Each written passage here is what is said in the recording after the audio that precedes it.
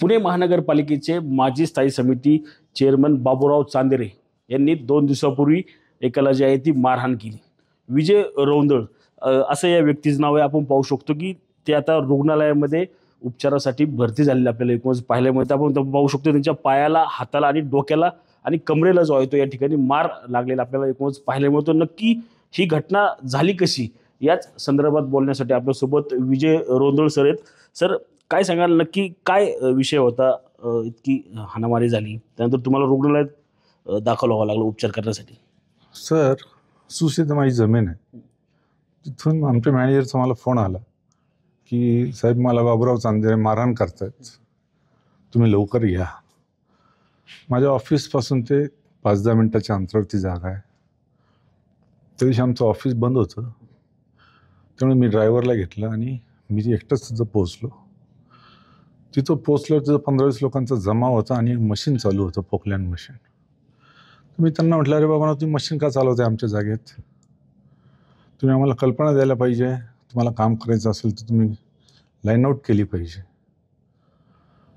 असं म्हणेपर्यंत बाबूराव चांदेरे तिथं आले. मला तो जमाव बघून थोडीशी कल्पना आली होती की काहीतरी विचित्र आहे, म्हणून मी माझं व्हिडिओ शूटिंगचं रेकॉर्डिंग चालू केलं होतं. ते चालू करून मी गाडीतून उतरलो. गाडीतून उतरल्यापासून मी ते शूटिंग चालू केलं होतं. तेवढ्याच समोरून बाबूराव आले, बाबूराव चांदेरे. ते इतके तावातावात आले. मी त्यांना समजवत होतो की बाबूराव, आपण बोलू, काय असेल ते आपण बोलू. पण ते इतके तावातावात आले सर, आणि त्यांनी मला डायरेक्ट उचलून फेकलं. उचलून फेकल्यानंतर त्यांनी माझ्या हातातला मोबाईल पण हिसकून घेतला आणि मोबाईल हिसकून मग त्यांनी मला लाथाबुक्क्यांनी तुडवलं सर. लाथाबुक्क्यांनी तुडवलं. मी तिथून थोडंसं निसटायचा प्रयत्न केला तर त्यांच्या 4-5 लोकांनी मला धरून ठेवलं आणि परत बाबूराव चांदेरेंनी मला मारलं. हे 7-8 मिनटं चालू होतं. त्यावेळी बाबूराव चांदेरे खूप शिव्या देत होते, खूप घाणघाण शिव्या देत होते. आणि आज मी तुला मारून टाकणार, आज मी तुला खलास केल्याशिवाय राहणार नाही, तू 25-30 वर्षापूर्वी आमच्या भाऊबंधांची जमीन का घेतली, असं सारखं मला जाब विचारत होते. आता मी म्हटलं, 30 वर्षापूर्वी तुम्ही घ्यायला पाहिजे होती, मग मी नसती घेतली. पण ते खलास करायचं, तुला खलास करायचं, आणि मग मी त्यांच्या तावडीतून पळालो सर. तिथून 7-8 मिनटं मार खाल्ल्यावर मी पळालो. आणि पळत असताना त्यांनी मला परत दगड मारला सर. तो दगड मी चुकवला पण तो माझ्या डोक्याला लागला आहे. मग मी तिथून पळालो, गाडीत बसून पोलीस स्टेशनला गेलो. पोलीस स्टेशनला गेल्यानंतर पोलिसांनी मला एक फॉर्म दिला आणि हॉस्पिटलला जायला सांगितलं. मग मी हॉस्पिटलला गेलो. तिथे त्यांनी प्रथम उपचार केले माझ्यावर आणि नंतर मी मणिपाल हॉस्पिटलला आलो. आता मी मणिपाल हॉस्पिटलला ॲडमिट आहे. माझ्या कमरेला जबर मार लागला. 1 वर्षापूर्वी माझी हार्ट सर्जरी झाली आहे. हे बाबूराव चांदेरेंना चांगलं माहीत होतं, कारण त्यांची आमची शेती शेजारी असल्यामुळे. त्यानंतर ते मला बऱ्याच वेळा भेटलेले आहेत तब्येत बरी नाही म्हणून.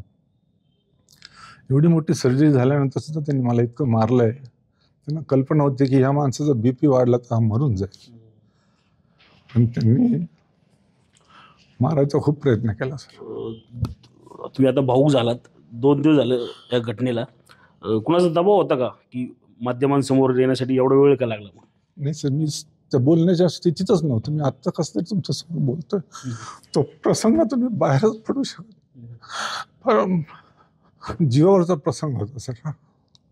मी कसं त्यातून वाचलोय, तर मला कोणाला बोलणं मी नाही सर, त्या स्थितीत नाही.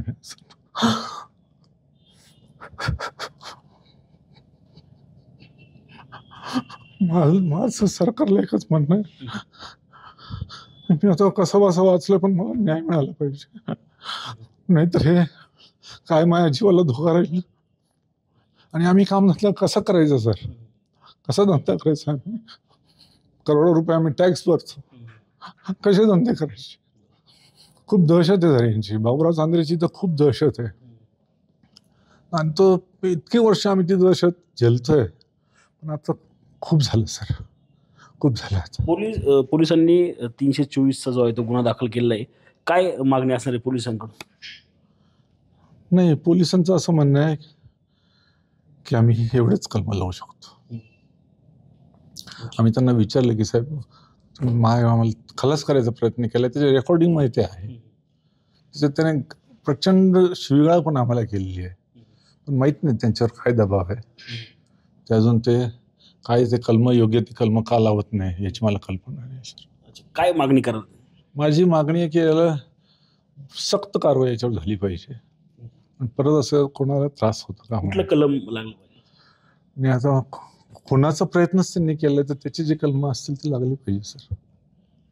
नक्कीच आपण पाहिलं तर 2 दिवसानंतर रोंदळ हे जे आहेत आता माध्यमांसमोर आले आहेत. बाबूराव चांदेरे यांच्यावर गंभीर असे आरोप जे आहेत ते त्यांच्याकडून झालेले आपल्याला एकूणच पाहायला मिळते. आपण पाहू शकतो की कशा प्रकारे ते जखमी अवस्थेत जे आहेत ते आता रुग्णालयात दाखल झाले आहेत. लवकरच ते उपचार घेऊन जे आहेत ते आपल्या घरी जातील. मात्र पोलिसांकडे न्यायाची मागणी जी आहे ते आता रोंदळ या ठिकाणी करताना आपल्याला एकूणच पाहायला मिळत आहे. रणजित जाधव, TV9 मराठी, पुणे.